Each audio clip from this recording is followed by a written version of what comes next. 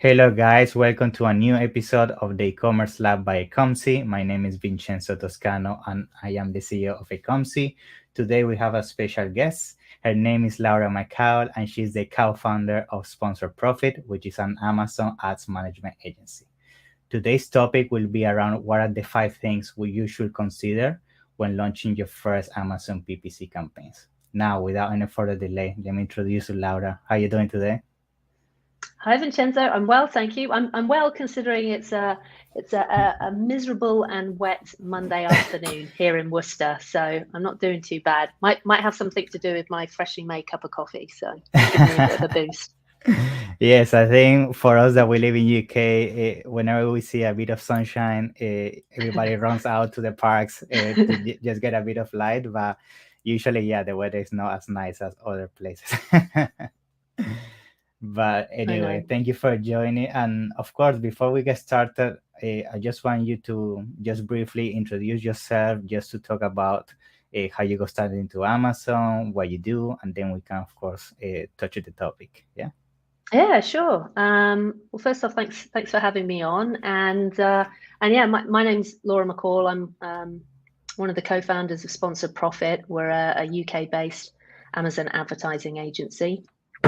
And we've been doing this a little over 3.5 years now, but myself and my two business partners, Tim Peatman and Daryl Patterson, we're all former Amazon sellers ourselves. So we met at a live event in Vegas many years ago. I think it was 2015, and became firm friends. And we sort of moved in the same sort of seller circles. We helped each other out with our own brands, and then we decided to sort of come together and go from sellers to service provider. And Sponsor Profit was started, like I say, around 3.5 years ago. My own sort of entry into Amazon and the e-commerce space was completely by accident and not by design. I had recently relocated from the US, where I was working in landscape design. And when I came back to the UK, I didn't feel like working outside for the reasons Yeah. we mentioned right Good at the choice. start, because of Yeah. the lousy weather. And as it happened at the time, a good friend of mine was selling very successfully on Amazon. So I was kind of seeing her posts on Facebook about what she was doing. I thought that looked interesting, got in contact with her. And yeah, thought, okay, well, I've got an opportunity to essentially right all the wrongs of working with frustrating or poorly made gardening products, because I'd been doing that in my former career. So I saw that as an opportunity to launch a gardening and outdoors brand and sell physical products on Amazon. So that's how I came to sell on Amazon. And then, as I said, I moved from selling to service provider a few years after that. That's great. That's great. Thank you for sharing. Yeah, I think a lot of people jump into Amazon by mistake. Even myself, I used to be an engineer. Then we see this kind of laptop lifestyle, and then Yeah. once we discover everything that we can do with it, is not going back for sure. Yeah, that's right. Great. So yeah, let's now jump into today's topic. Of course, I know you have extensive experience around Amazon PPC. That's what you guys do. And Mm-hmm. I wanted to, of course, touch the topic, which is around the things that we should consider before launching the PPC campaigns. Mm-hmm. So I don't know if you want maybe start just giving a brief introduction around that topic, and then we go from there. Yeah. Yeah, absolutely. And this is, certainly a topic I know that you can speak to with authority as well. And funny enough, before we formed Sponsor Profit, I had an Amazon copywriting business, That's great. and so I created product listings and EBC, enhanced brand content. And so the reason I mention that is really one of the first, or certainly one of the 5 things that you should have in place before you start running paid traffic to your product listings, is to have a compelling and persuasive SEO optimized product listing. Yes. As a PPC agency, it never fails to amaze me at how many times when we talk to sellers, oftentimes the problem isn't PPC, it's the product listing. Yes. or it's the product offer. So maybe it's a low converting product listing. Maybe it's a great product, but pricing wise, it's a bit off. Maybe it's not well reviewed. Maybe the star ratings are lower than it should be, and I know we'll come on to that as one of the 5 points. But yeah, sort of the general offer. How compelling and persuasive is it? The one thing that shoppers on Amazon are not short of is choice. And Yes. so, how does your product listing sort of connect and resonate with your target customer, and engage them, first off in the ad to win the click, grab their attention, get them to click. And then how do you turn that click into a conversion, and into a sale? And, the way to do that is to have an offer that, essentially is speaking to that customer at that point in time.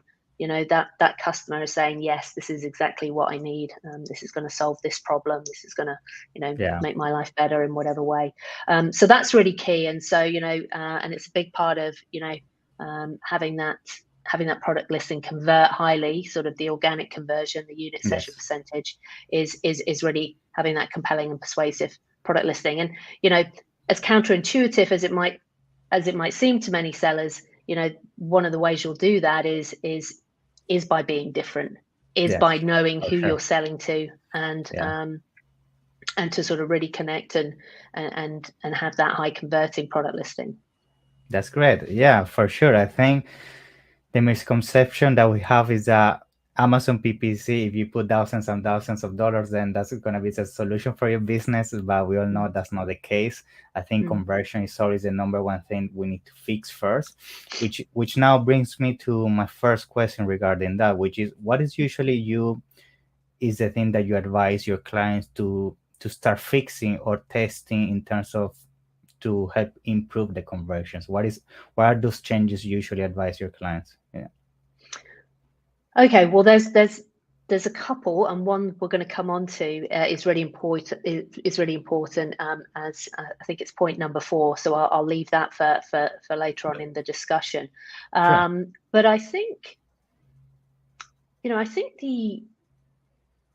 first the key thing is to only be changing one thing at a time. So if we kind of look at the DNA or the anatomy of a product listing, right? We've got some, fairly sort of basic kind of components that we can look at. So obviously we've got the title, we've got the bullet points, we've got the product description, and we've got enhanced brand content. So in terms of where, we always sort of suggest people start, I mean, obviously the title is super important. Yes. But the title is really as much, if not more, about being SEO optimized and having the the relevant keywords in it. But I think in order to kind of grab attention and have people click on the ad, because if you think about ads, right, ads are like mini product listings, aren't they? Yeah. Well, certainly the sponsored product ads are. You're going to get that little box, and you're going to get a little taster of the title. You're going to have the main image, and you're going to see the pricing and the reviews and that kind of thing. So I think ensuring that your most relevant keywords are at the front of your title, and also the main benefit, or perhaps you're calling out who that product is for. I know sellers are very reticent to change their title, certainly once their listing They're gets afraid. a little bit established. So I wouldn't sort of suggest, switching it on a overly regular basis.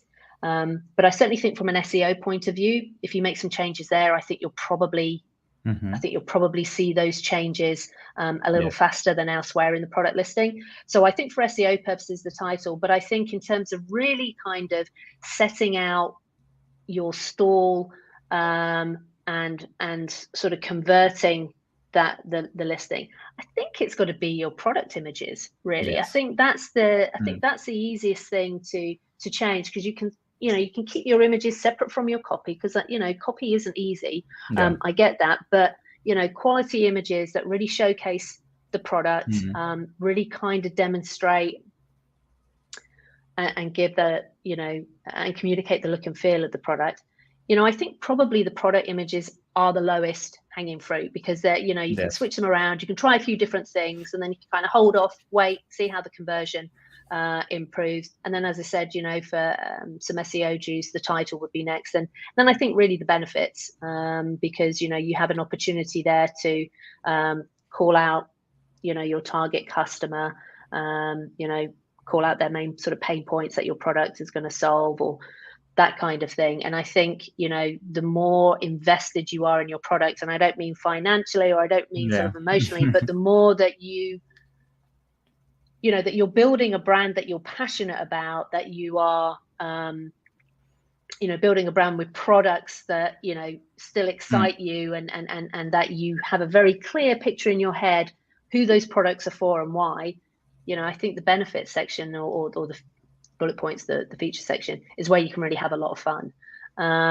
So I think, I think there's a few different places. Then I think EBC really kind of gives you an opportunity to have some fun as well, again with images, and really let the images kind of do the talking and the communicating. As they say, a picture speaks 1,000 words. So, those visual aspects of your listings, I think are probably the easiest to switch out, but probably require a bit more of an investment to get them done properly. So basically, I've said the entire product listing, basically. Images number one. Images are easy, I think, to change and test. Yeah, for sure. Totally agree with you. I can't remember the number of times I have seen people just using their manufacturer images, or images just copied from Alibaba, and it's like, that's not gonna work. And as soon as we start using professional images on some of these clients, so people that have we have seen those mistakes, sales usually improve significantly. Because the reality is that most people, I bet even yourself, when you go on Amazon, most people don't read the bullet points or the description. Most people shop with the eyes. If you have very good images and video, especially video nowadays, also that you showcase the product being used and lifestyle, I think that's a big thing. Of course, bullet points is important at a certain level, specifically if the product is some technical or you want to showcase specific functionalities. But at the end of the day, if you have the best listing, as you mentioned, in terms of explaining everything perfect, but your images are not nice, I think if another person is doing a better job with the image, they're gonna steal the sale from you, 100%. I think you may have a point. I think there are definitely two types of humans when it comes to sort of reading and sort of digesting information. And there's those with, I think they call it lizard brain, who kind of skim. And then there are those that kind of read. Now, maybe I'm a little bit biased because I fall into the latter category. I'm that's good. I kind of am a bit picky and look at that, but and maybe it's just a bit of a sort of a pet peeve of mine as well, when you see really badly written product listings, and I'm like, you lose confidence. That could be so much better. But I think you're right with the images. People do shop with their eyes. It is a lot easier, and the better the images are, so to your point, the better the images are, the more of the heavy lifting they will do for converting that sale, right? Because if you, like you say, if you're almost if you're answering all the questions that a shopper or potential customer will have, like, or how big is it?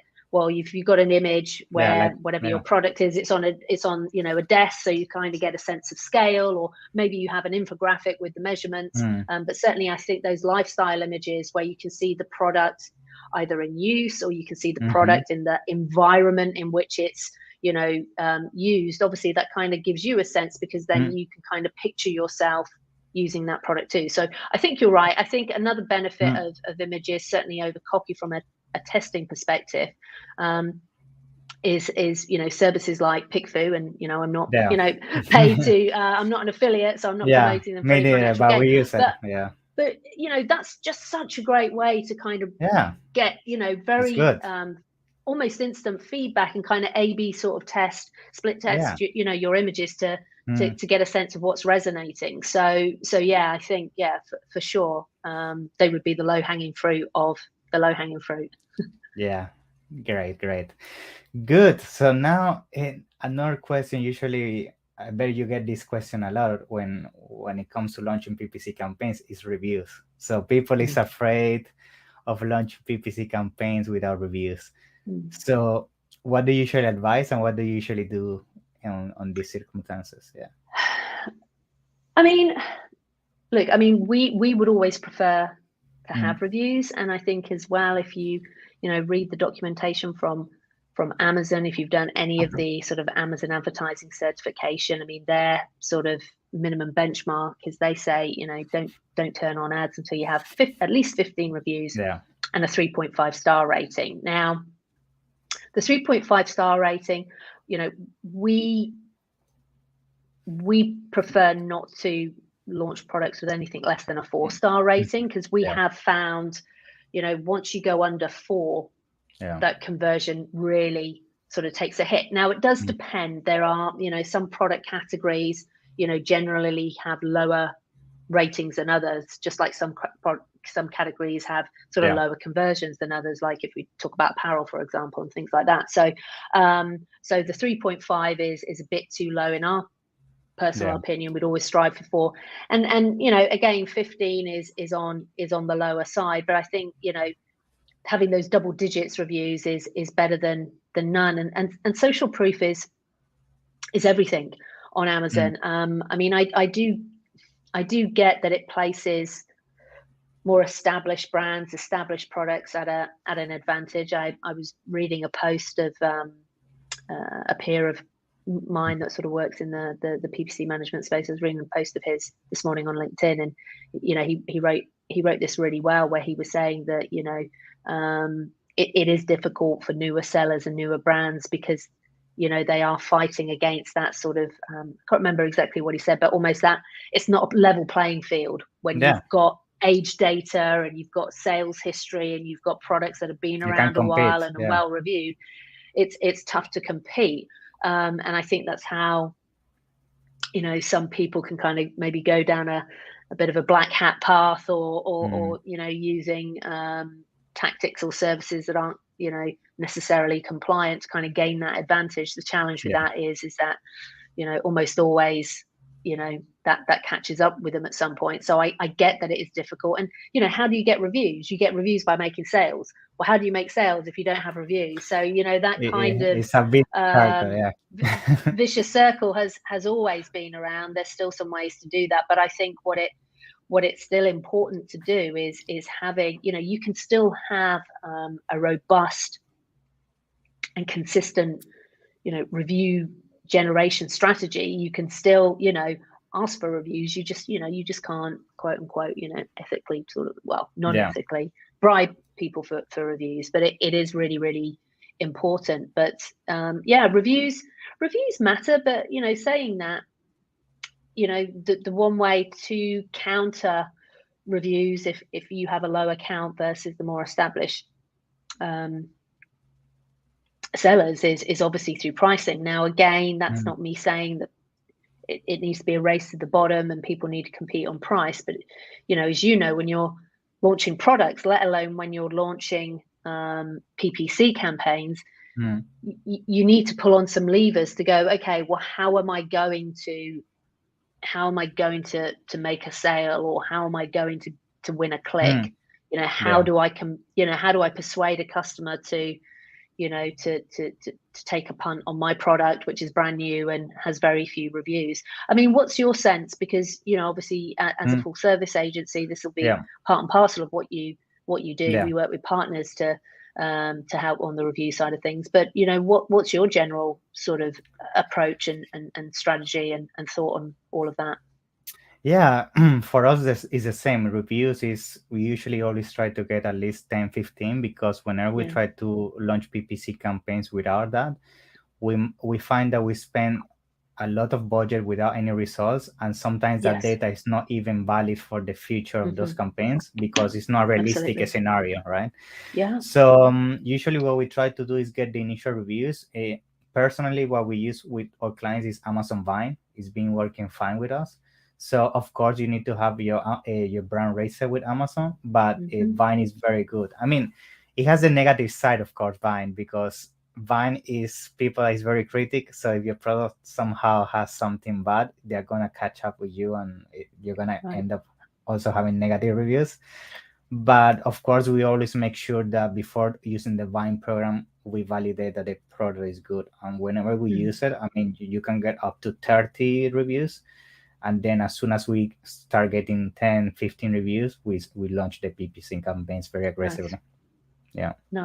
Nice. And you know, and again, I think what that speaks to, and I don't think it's necessarily a bad thing, but for those of us that, you know, were selling sort of back in the almost the Wild West days of Amazon, you know, quality is really, really important. And so I think it's easy to cut corners, but ultimately, you know, and certainly we see this when it comes to, you know, the PPC side of things, is the more you invest in a quality product, obviously, and you need to be, you know, you need to be profitable. You need to have a margin to kind of allow yourself, you know, wiggle room to invest in ads. But, you know, all of the certainly the brands that we work with on the managed services side of the business, they all have quality products. I mean, it's just, and it sounds like, well, yeah, of course, but it's so important. They're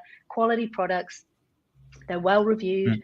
They're, you know, they're in a cohesive brand. So, you know, when we were in brand ads and stuff like that, you know, we can cross sell and it makes sense. I mean, you know, I don't mean to digress, but, you know, but to come back to that quality piece, it's so key. So I think that, you know, the more you're able to invest upfront in a quality product, in quality product photos, you know, a professional copywriter if you're not comfortable, or you know, whatever it is, all of this, you will get a return on your investment. Okay, it might not be as easy to measure as you know, maybe your PPC metrics, which is ultimately then what everyone tends to focus on. It's like, oh, well, my PPC is really expensive, or my ACOS is really high, or but you know, if you think about it, you know, what will always get you your best bang for your advertising buck is to be investing in all those other things. And I think if you are playing the long game, if you are serious about building a sustainable business on Amazon,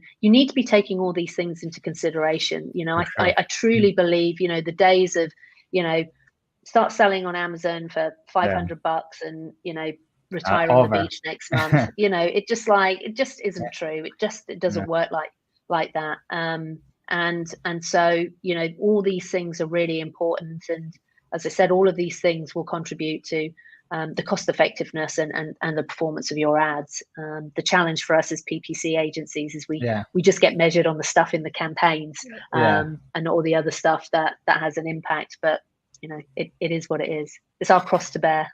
Yeah, for sure. I mean, and there are so many things that play a big role into scaling your Amazon business. So it's the PPC side, conversion side, reviews. So I think that's why it's so useful to touch all these points, because I think sometimes people think that it's just one thing, but when you dig further, there are so many moving parts, which is why this must be seen as a big and a serious business. It's not a side business as it used to be.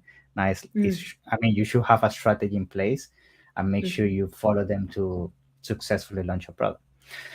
Which and sorry, I was just going to say as well, Vincenzo, and I think, you know, what's also, you know, really important to consider and for people to consider is how all these different elements of your FBA business are all interconnected. You know, it isn't a case of, well, you know, that's my PPC and that's my SEO and that's my inventory management and they're my reviews. And, you know, they're all different components within your FBA business, but they all influence or interact with one another. And, you know, again, for us, having that sort of focus just on PPC, you know, our job is to optimize campaigns, right? And to optimize your spend to get the best results possible. However, you need to be optimizing all the other parts of your business, right? You need to be always optimizing your organic SEO. You need to be optimizing your inventory management and staying on top of that. You need to be, you know, et cetera, et cetera. So, you know, this, you know, optimization isn't exclusive to PPC or to your product listing. Optimization is essentially about, you know, improving and getting the most out of your business. And I think it applies to all of the other aspects of your FBA business. So I think, the more you can kind of have a more holistic view of that and kind of understand, how it impacts one another or the other parts of your business. I think the better your business will be for it. Yes, for sure. I mean, it's not just that. I think now, which is gonna be the next topic we're gonna be touching, is I feel sometimes people get the best images, as we already discussed, the best SEO, everything, but then they get the pricing wrong, right? So I think you could have the best optimization, you could have the best images, the best PPC campaign, but if the price is not there, it's not there. It's not gonna work. Which is my next question: is how you help your clients identify when they are wrong in the price, and if that's the case, what usually you do? Do you usually launch a new product with a much lower price and then you slowly increase it, or what is usually your strategy with that? Yeah, good question. So, I mean, we kind of advise on pricing, and especially when it comes to product launches, that's when pricing is really Big. key. So, Yeah. We've been launching products just with PPC for a number of years, and so understanding the costs involved, that's sort of generally where our conversation starts, because what we want to look for is we want to get an understanding of the client's COGS or their other costs, so that we can kind of see, okay, so what do we have for PPC, and then what budget do we have available for PPC, how much can we spend to acquire a customer, and then of course we'll compare that with, we'll do some search around, average cost per clicks, in that category or so forth, or looking at certain keywords and going, okay, are we in, have we got a match? Are we in the right ballpark? Is one like much higher or lower than the other? So that's where it tends to start. Now, of course, aside from that, we'll always again have a conversation, and these are experienced sellers where the priority or the goal on that first shipment, on that launch, isn't to make a profit. So again, we'll, that cost of acquisition, will be a little bit more generous, will be a bit higher, because we're like, well, look, we want to get visibility, we want to be seen, we want to get traction. How comfortable are you in terms of taking a hit? And then obviously what we'll look at is applying coupons, our Amazon coupons aggressively as well, to kind of really sort of make that price point compelling, because as we mentioned earlier with reviews, certainly pricing is a direct lever you can pull to go, okay, in order to kind of compensate for the lack of reviews, we're going to have to do something on the price, and what does that look like? But yeah, we'll always start with the client's numbers, the seller's numbers, the cost of goods, and how and so forth, and then we'll kind of work out a budget from there, and then kind of get a sense of the tolerance for risk and for taking a hit on launch, and then obviously look to start then putting that pricing gradually up as we start to get traction and more reviews. But it's always pricing conversations are always interesting conversations with clients. But again, it would be remiss of me, not to say, we're well aware that, the average cost per clicks have increased hugely over the past 12, 15, 18 months. Cost of goods have, the supply chain has been interrupted. So, it's difficult having, a comfortable level of profitability in a product can be difficult, again, especially for newer sellers who, maybe don't have a history with that manufacturer or that provider, have, a little bit of sort of cash behind them, whatever it is, that have that sort of negotiating power to kind of get the best possible COGS. It's been difficult, I think, regardless actually of level of experience. But again, it's, because these things for us are key when it comes to PPC.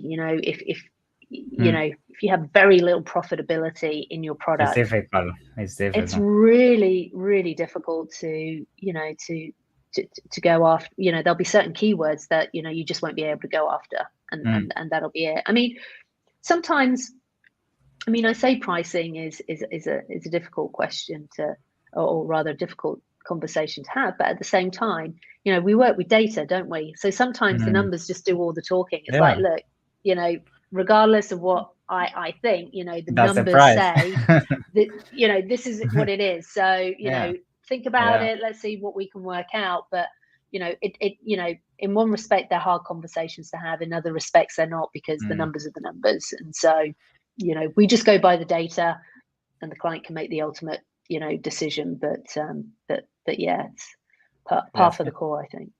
That's great. Good. So I think, yeah, I mean, now at this stage, for example, for somebody that's looking at this episode, let's say they have the images right, they have the SEO right, they have the pricing right. I think one next important step, which I think you're going to be touching now, is the indexation of this listing and the keywords on the system, because we have seen people having all this right, but they try to run PPC campaigns, but they get no impressions, no click, it doesn't perform, and usually it's due to indexation. So what do you usually advise on these scenarios? Yeah. Well, I mean, certainly, you know, for our clients, it's the first thing we do when we onboard them. That's good. You know, as we go in there and we're just like, That's good. okay, how, you know, and it still surprises us how many, you know, how a lot many of people, you know, sellers and brands that, you know, not indexed for their main keywords, or so yeah. And you know, actually going back to your question around, you know, images, I think is the first thing to look at, and then actually your back end search terms again. You know, just to, I think I talked about the title, but actually I think I would actually say in hindsight, actually, you know, making sure you're indexed for your main keywords is really, really key, because again, that'll make a huge difference to your visibility organically, and it'll make a huge difference again to how well your ads perform and convert. So and you know, always understanding that, you know, your keywords change over time, and you know, you want to make sure that you're always looking at what are your top performers, you know, over a 30-day period, and make sure you're indexing for those, because at the end of the day, again, it's easier for us because, you know, we're not, you know, emotionally or financially invested in the product, but it's easier for us to look at the data, and for us, you know, your best keywords, as I like to say, the keywords that pay the rent. It doesn't matter if they're not the main keyword that, you know, and you'll have this, right? You know, sellers can get quite emotionally attached to keywords as well, but I really want to rank, you know, page 1, position 1 organic for this keyword, but, you know, but it's too expensive, or you don't convert on it, or this is, you know, this is something we need to work towards over a longer time. And, you know, at the end of the day, we're just like, look, your best keywords are the keywords that pay the rent, right? And we can go after other ones, but sometimes I think sometimes, you know, sellers can get, as we say, you know, married to, but I you know, I have to rank for this keyword, and we're like, why? Put all the volume, then burn it, and that's it. But so and regularly checking your back end search terms as well, making sure you're indexed, because sometimes as well you can be indexed and then you're not. So you know, things like that are you know, are fairly simple. Maybe, you know, a little laborious in terms of a task, but you know, they make a big difference. That's indexation great. makes a big difference. Good. So now we have also seen the other scenario, which is people do all the steps and they do wonderful, and they launch the product, PPC perfect, and then they go out of stock because they didn't have enough inventory. So I'm sure you have seen that a lot of times. So so all the what time. do you usually do? Not sometimes, all the time. So I don't know if you can touch on this. I mean, what is usually the negative side of this happening, and how do you usually counterattack these scenarios? So look, I think again, it's easy for me to, you know, joke about it, but it's, you know, it's not, you know, a joking matter for many sellers. It's a huge, you know, it's a huge frustration, and inventory management has always been difficult. It is difficult. You know, I think especially PPC now is especially now. So I think, you know, PPC is complicated, but inventory management is very difficult, always has been. And as you say, it's even harder now. And obviously it's, you know, as well as trying to find that balance of getting your lead times right. And again, when the supply chain has been so disrupted and broken as it has been over the past 12, 18 months, it's very unpredictable. Obviously, it's a big cash suck on your business as well. So sometimes having the cash to invest in the inventory ahead of time to kind of avoid being stocked out, it's not easy. But certainly, if we just talk about what does it mean for PPC if you run out of stock. I mean, as you and I know, all your hard work in terms of your organic ranking, in terms of optimization. So let's say you've optimized your bids, your cost per clicks are coming down, your organic keyword rankings are going up. As soon as you go out of stock, all that good work starts to become undone. And I always liken it to visas, right? So I've worked all over the world, and in particular in Australia, which is very dear to my heart, and I'm actually a citizen. But sort of as I was going through the permanent residency and the citizenship process, it's all based on the number of days you're in country. So you kind of tick, tick, tick, tick. You're working those days out, and then the minute you go out of the country, it goes back, then it goes around again. And I always, whenever I always use that analogy for, when you run out of stock, because it's like, you've optimized, and you've got here, and then, and of course, depending on how long you're out of stock, is how long, maybe your organic rankings, your cost per clicks, your take a hit, and then you've got to kind of re-optimize to get back in stock. So I mean, some of the ways to counter that, I mean, obviously having as robust a supply chain or inventory or replenishment strategy is helpful. I mean, I think there's never been a better time to be a 3PL. I mean, I think 3PLs are just going to be, I mean, I just think they're going to be part and parcel of how people do business. We do advise, and we do have our clients have sort of, if they have the capability, we'll also sort of have the create an FBM product listing for them, so we can kind of make a switch if as a backup, if they have the capability. But the bottom line is it really comes down to cash, right? And being able to replenish that stock ahead of time. So being able to invest in that replenishment, before you've maybe, sold through in the revenue. Your current stock. So it's a real challenge, but again, I remember when I was selling, and you start to run low, and you go, oh, that's okay, I can just some stock, and you keep waiting, and then boom. And you kind of, I think they used to call it just in time inventory replenishment, right? And that's not easy to do now, because of lead times and also because of cost. So again, it's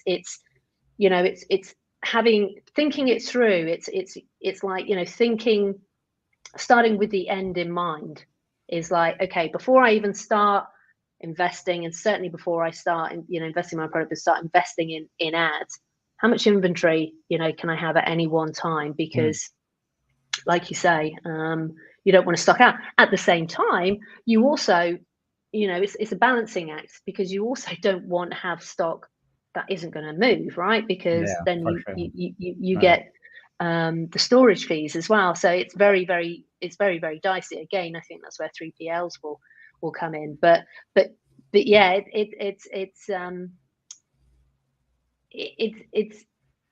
is frustrating to do your job and to do it well, and then you get a panicked email from a client saying, "Need to dial down the ads. I'm about to run out of stock." Or like, like on the one hand, it's like, well, we're doing our job right, but on the other hand, it's it kind of it sucks. But it's I think, and look, I do think that there are some new software and service providers in the inventory management space now that I think are going to really help sellers do better jobs. So I mean, checking those out, I think, would be really important as well.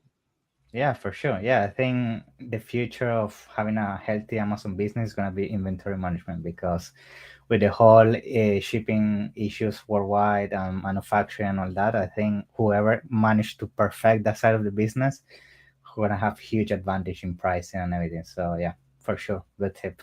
Yeah, absolutely. I mean, and you know, we've sort of seen that when, you know, if your top two competitors or whatever sell out, Yeah, it's your you know, moment. what that can mean for you as Yeah. well, you know. So taking advantage of that as well. So yeah, you're absolutely right. And yeah, it's an inventory management business now, first and foremost. Yeah, that's what this business is about. You're absolutely right. Yeah. So well, Laura, I think we covered very good points today. I appreciate your time. I mean, your knowledge is very valuable. I appreciate it. And Thank now, you. before we leave, I would like to ask you if you can share with our audience where people can find you, how they can get in touch with you and your agency, if they're looking to receive the service. Yeah. Yeah. Oh, thank you. Absolutely. So yeah, you can find us at www.sponsoredprofit.com. You can find me on LinkedIn, so Laura McCaul, and yeah, so either through the website or LinkedIn, you can connect with me personally. And yeah, if you need help scaling your ads, you know, have a conversation. We'll see how we can help. Well, Laura, thanks you once again, and we keep in touch. Okay. See you on the next one. Thank you. Absolutely.